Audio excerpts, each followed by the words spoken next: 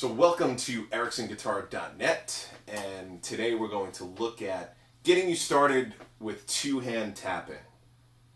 So this is a technique that you hear a lot. Yes, it's overused, but it's sort of a good technique to really kind of get some cool ideas, arpeggio ideas, that would be very difficult to execute with just your left and right hand, with your right hand picking and your left hand fretting.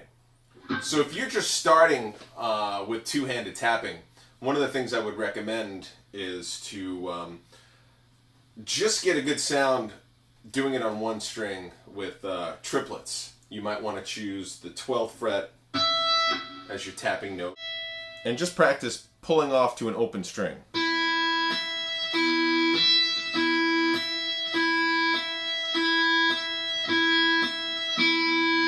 And what makes that second note sound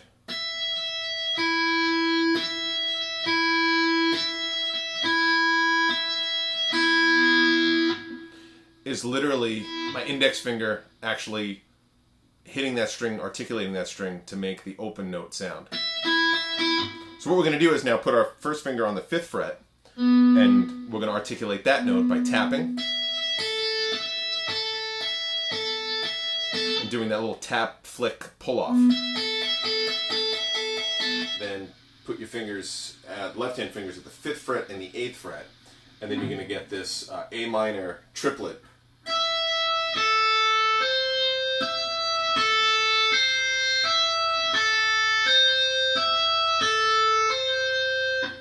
And just to be able to do that and loop that,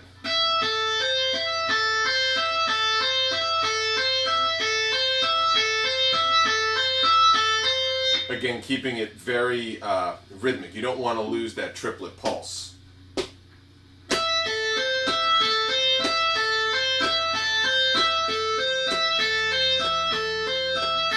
Especially as I go faster. There's a chance it could sound like if you go too fast too soon. But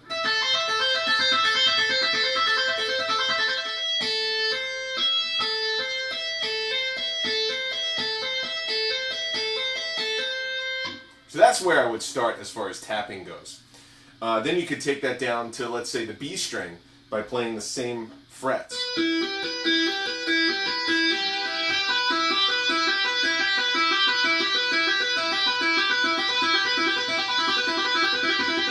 So you would have an E minor arpeggio there. So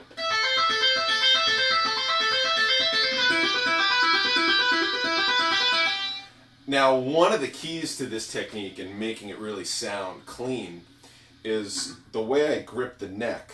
One of the things that I'm doing is I'm muting all of the other strings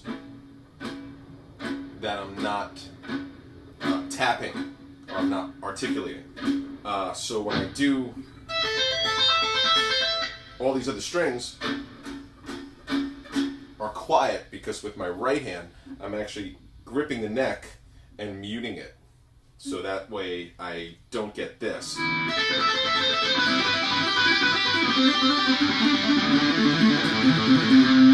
Hear all the other extraneous noise that's there. If I grip the neck,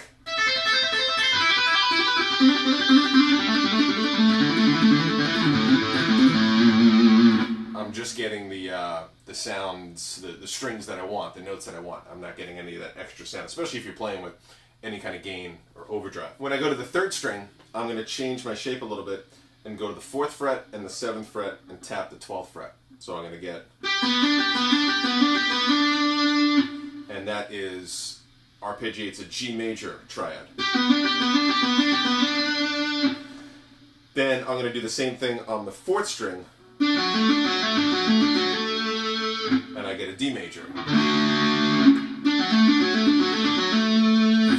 Now when I go to the 5th string, I'm going to change the shape a little bit, and this is a little bit of a stretch. It kind of is like that Van Halen Hot for Teacher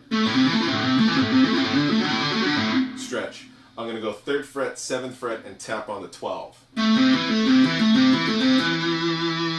And then finally on the low E string, I'm going to play an E major triad. This one, by the way, on the 5th string was A minor again. So I have A minor, E minor, G major, D major,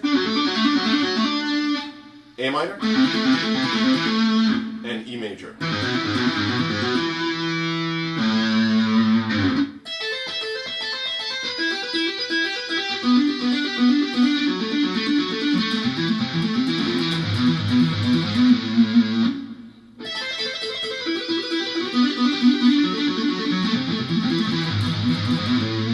So once you get comfortable with this technique, you can explore some advanced applications of this that open the doors to some really, really cool arpeggiated sounds.